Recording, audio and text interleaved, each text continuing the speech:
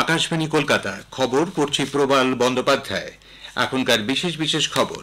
লোকসভা নির্বাচনের প্রথম দুটি পর্ব মিটে যাওয়ার পর বাকি দফাগুলির জন্য নির্বাচনী প্রচার জমে উঠেছে। বিজেপির প্রবীণ নেতা প্রধানমন্ত্রী নরেন্দ্র মোদী ও কংগ্রেস নেত্রী প্রিয়াঙ্কা গান্ধী আজ মহারাষ্ট্রে জনসভা করবেন। এ রাজ্যে সব রাজনৈতিক দলই বিভিন্ন জেলায় মিটিং মিছিল করছেন। কংগ্রেস কেন্দ্রীয় নির্বাচন কমিটি আজ নতুন দিল্লিতে লোকসভার বাকি পর্বগুলির প্রার্থীপদ নিয়ে বৈঠকে বসছে। রাজ্যে জয়েন্ট এন্ট্রান্স পরীক্ষা নেওয়া হবে আগামীকাল। এবার 1,42,000-এরও বেশি পরীক্ষার্থী নাম নথিভুক্ত করেছে। উত্তর কাশ্মীরের বারামুল্লা জেলার সোপোরের নওপাড়া অঞ্চলে নিরাপত্তা বাহিনীর সঙ্গে সংঘর্ষে 2 জঙ্গি মারা পড়েছে। আবহাওয়া দপ্তর গাঙ্গেয় পশ্চিমবঙ্গ এবং ওড়িশার জন্য তাপপ্রবাহের লাল সতর্কতা জারি করেছে। আইপিএল ক্রিকেটে দিল্লি ক্যাপিটালস মুম্বাই ইন্ডিয়ান্সের বিরুদ্ধে এবং লখনৌ সুপার জায়ান্ট রাজস্থান রয়্যালসের মোকাবিলা করবে। আসছি বিস্তারিত সংবাদে।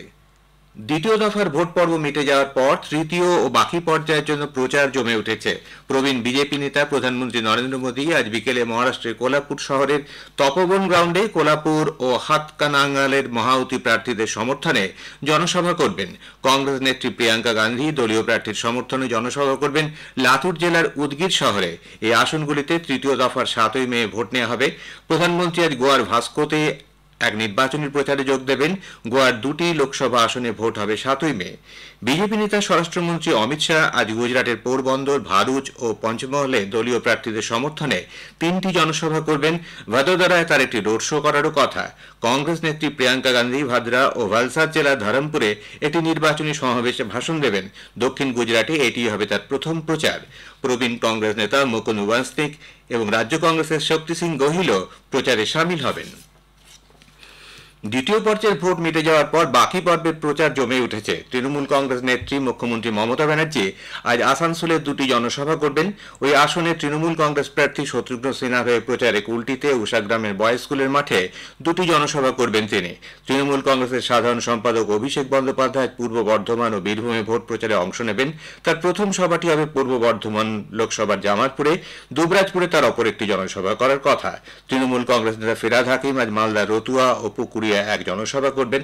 কৃষ্ণনগর লোকসভা কেন্দ্রের তৃণমূল কংগ্রেস প্রার্থী মহুয়া মৈত্র আজ তেহট্টে মহকুমা এলাকায় প্রচার চালাচ্ছেন।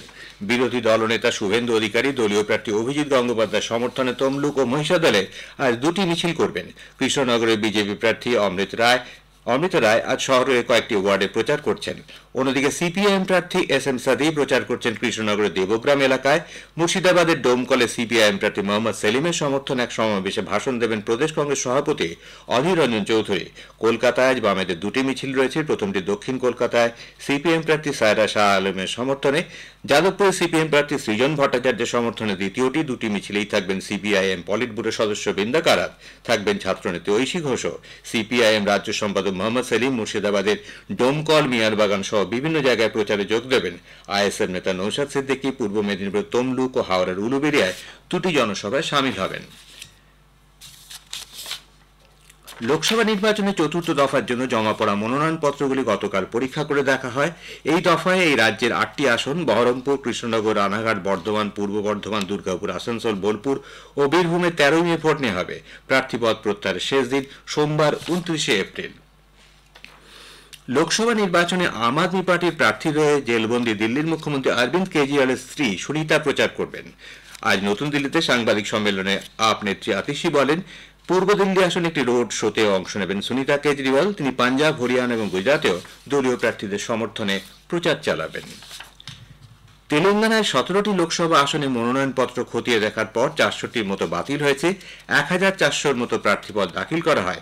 চতুর্থ দফা ভোটে গতকাল প্রার্থীপদ পরীক্ষার দিন শেষ হওয়ার খবর পাওয়া পর্যন্ত বিভিন্ন কারণে 400টি মনোনয়নপত্র খারিজ হয়ে যায়। সোমবার 29 তারিখ নাম প্রত্যাহারের শেষ দিন। নাগাল্যান্ডের 39টি পুর ও শহর নিগমের নির্বাচন হবে আগামী 26শে জুন। রাজ্য মন্ত্রিসভার বৈঠকে গতকালের অনুমোদন দেওয়া হয়। 7 থেকে 11ই জুন পর্যন্ত মনোনয়ন দাখিল করা যাবে। 13ই জুন প্রার্থীপদ পরীক্ষা করে দেখা হবে। ভোট গণনা 29শে জুন।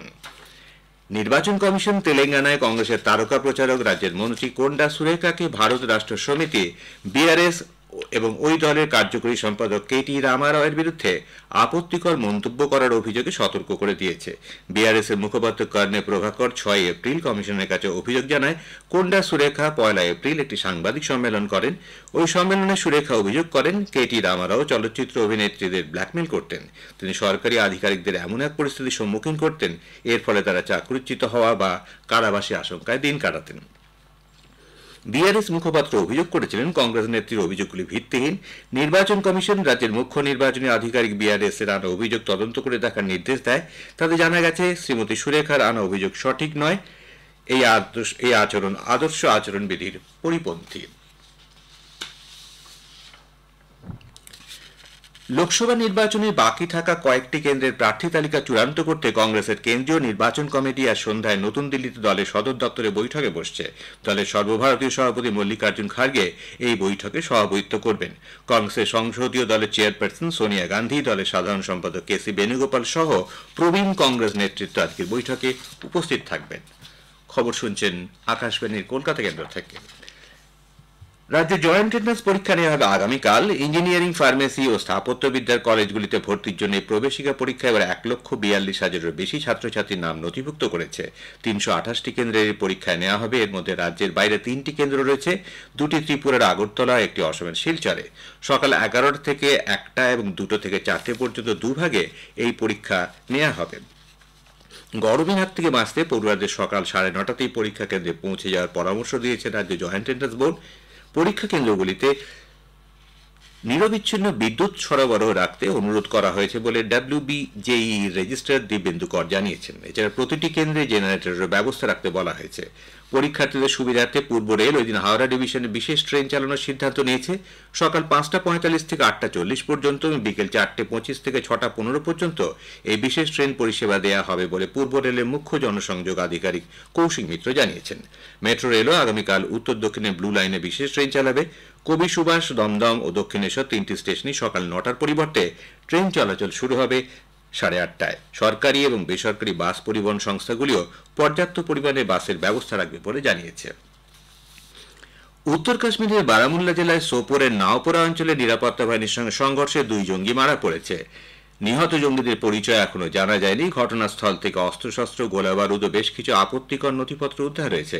উল্লেখ্য, গতকাল বিকেল থেকে পুলিশ, সেনা ও সিআরপিএফ এর যৌথ বাহিনী ওই অঞ্চলে তল্লাশি অভিযান শুরু করেছিল। মণিপুরের বিষ্ণুপুর জেলার মৈরাং থানার নানেনসা গ্রামে মধ্যরাতে সশস্ত্র দুষ্কৃতীরা সিআরপিএফ এর একটি চৌকিতে হামলা চালায়। এই ঘটনায় এক সাব ইন্সপেক্টর এবং হেড কনস্টেবল প্রাণ হারান। আরও 2 জওয়ান গুরুতর আহত। সিআরপিএফ এর 128 নম্বর ব্যাটালিয়নের সদস্যরা মেইতিদের গ্রামগুলিকে পাহারার দায়িত্বে রয়েছে। ঘটনার তদন্ত চলছে। তাইওয়ানে আজ সকালে কমপক্ষে 10 বার ভূকম্পন অনুভূত হয়েছে। এর মধ্যে শক্তিশালী ভূমিকম্পের মাত্রা ছিল 6.1।